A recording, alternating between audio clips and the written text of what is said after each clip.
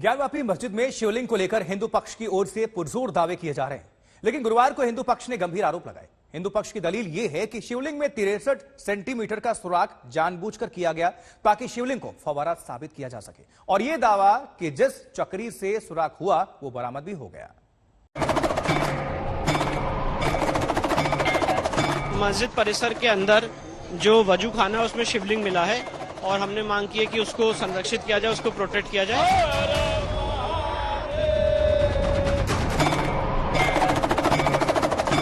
ज्ञानवापी की लड़ाई अब सीधे सीधे शिवलिंग पर उतर आई है। हिंदू पक्ष की दलीलों का पूरा जोर सर्वे में मिले इस सबूत को शिवलिंग साबित करने पर टिका है, तो मुस्लिम पक्ष इस दावे का दम निकालने की कोशिश में लगा है। इस लड़ाई में शिवलिंग ही सब कुछ है, ये सबसे बड़ा सबूत भी है और सबसे बड़ा सहारा भी, इसलिए शिवलिंग पर सबसे बड़ी मोर्चाबंदी भी है। हिंदू पक्ष कह रहा है सर्वे में मिले पत्थर के शिवलिंग होने में कोई शक नहीं।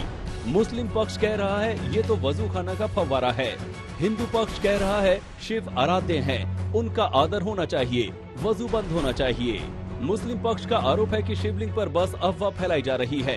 हिंदू पक्ष शिवलिंग की पूजा की इजाजत मांग रहा है, शिवलिंग की सुरक्षा चाहता है। मुस्लिम पक्ष शिवलिंग की आड़ में धार्मिक भावनाएं फैलाने का आरोप लगा रहा है।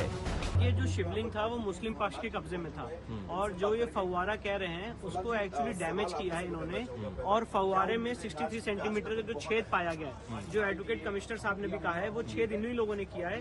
उसके ऊपर एक चक्री टाइप की चीज इन्होंने रखी थी, जो आप सीमेंट का 5 खांचा देख रहे हैं वो इन्हीं लोगों का किया हुआ है, और जो चक्री है वो इनके स्टोर रूम में है। मैं निवेदन करता हूँ विष्णु जैन साहब से कि और सभी लोगों से कि कृपया इस तरह के अनर्गल बयान देने से बचें। इस शहर की शांति व्यवस्था सर्वप्रथम है, सभी लोगों को में आपसी सौहार्द बना रहे और कोई भी भ्रामक बयान देने से हर आदमी को बचना चाहिए। गुरुवार को शिवलिंग की लड़ाई सिर्फ दावों तक नहीं थमी, ये लड़ाई नए आरोपों तक जा पहुंची। हिंदू पक्ष ने कोर्ट में कहा कि शिवलिंग के साथ बेअदबी की गई, 63 सेंटीमीटर का छेद जानबूझकर किया गया, शिवलिंग को फव्वारा बनाने की साजिश की गई। सर्वे रिपोर्ट से साफ है हिंदू मंदिर था, सर्वे रिपोर्ट से शिवलिंग मिलने की पुष्टि होती है। शिवलिंग मौजूद है मतलब धार्मिक स्वरूप बदला गया। इस शिवलिंग को उसको छेद किया गया है, 63 सेंटीमीटर का छेद, और एक चक्री है जो उनके स्टोर रूम में मौजूद है, जो उन्होंने वहां से हटाने बढ़ाने की कोशिश की थी। सीआरपीएफ के कंट्रोल में वो प्रॉपर्टी, उन्होंने उसको रोक दिया है और वो वीडियोग्राफ भी है, जब कोर्ट के सामने कार्रवाई होगी तब उसको दिखाएंगे। हिंदू पक्ष का दावा है कि शिवलिंग से जानबूझकर छेड़छाड़ की गई। मस्जिद के स्टोर रूम से वो चक्री भी मिली है जिससे शिवलिंग में सुराख करने की कोशिश की गई। शिवलिंग को हटाने का भी प्रयास हुआ, लेकिन सीआरपीएफ के जवानों ने ऐसा नहीं होने दिया। हिंदू ने वाराणसी के चौक थाने में अंजुमन इंतजामिया मसाजिद कमेटी के खिलाफ शिकायत भी दी है, जिसमें अवैध तरीके से ज्ञानवापी परिसर में तोड़फोड़ करने का आरोप लगाया गया है। अभिषेक मिश्रा, रोशन जायसवाल और उदय गुप्ता के साथ कुमार अभिषेक, वाराणसी, आज तक। ज्ञानवापी विवाद के बीच मस्जिद कमेटी के महासचिव अब्दुल बातिन नोमानी ने आज जुमे की नमाज पर इंतजाम के बारे में बताया। क्या कुछ कह रहे हैं, सुनाते हैं आपको। ये आरोप अब लग रहे हैं कि जो साक्ष्य हैं उससे छेड़छाड़ की जा रही है, और जो वहाँ पर पाबंदियां हैं, जो सीलिंग है उसको बढ़ाने की भी बात हो रही है। देखिए, झूठ की भी कोई सीमा होती है। अब आदमी चाहे जितना झूठ बोल ले, इसका ये मतलब नहीं कि जो कह दे वो सही मान लिया जाए। ऐसा झूठ बोलने और झूठ को बढ़ावा देने वालों के लिए हमारी गुजारिश है कि कम से कम सीमा के अंदर, झूठ ही अगर बोलना है तो कम से कम सीमा के अंदर तो रहकर झूठ बोले। आप खुद अंदाज़ा लगाइए कि जिस दिन ये सब मामला सामने आया है उसी दिन से वो वजू खाना सील कर दिया गया, तो कौन जाकर छेड़छाड़ कर रहा है उससे? कैसे ये बात आप कह रहे हैं?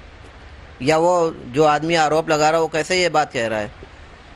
और रही बात उसको जो आप बतला रहे हैं चक्री की, वो चक्री नहीं, वो पाइप था। एक ज़माने से वो 20 साल से निकाल के बाहर रखा हुआ है और उसी फव्वारे का हिस्सा था वो।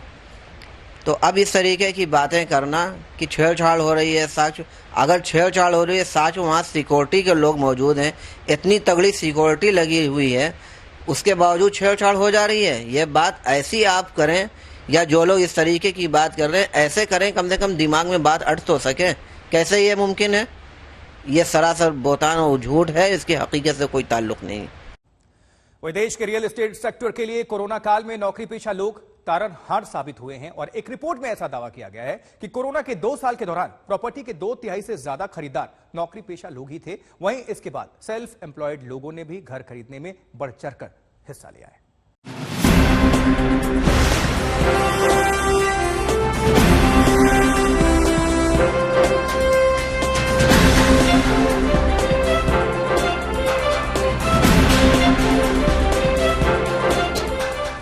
कोरोना काल के बाद से रियल एस्टेट में आई तेजी से हर कोई हैरान है।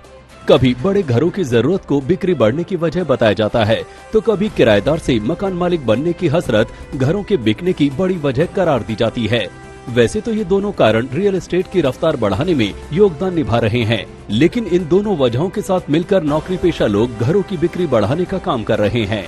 दरअसल 2021-22 के दौरान घरों की कुल खरीदारी में सबसे ज्यादा 68% हिस्सेदारी सर्विस क्लास की रही। 26% हिस्सेदारी के साथ डॉक्टर, वकील और सीए जैसे प्रोफेशनल्स दूसरे स्थान पर रहे। यानी नौकरी पेशा लोग इस समय रियल एस्टेट के असली ध्वजवाहक बने हुए हैं। जानकारों का भी मानना है कि आईटी जैसे सेक्टर्स में लोगों ने घर से दफ्तर का काम किया। आने जाने की छूट न होने से उनका पैसा भी बच गया और घर में स्कूल दफ्तर के लिए जगह की दरकार होने से लोगों ने या तो घर का साइज बढ़ाया या फिर किराए का घर छोड़कर खुद का आशियाना बना लिया।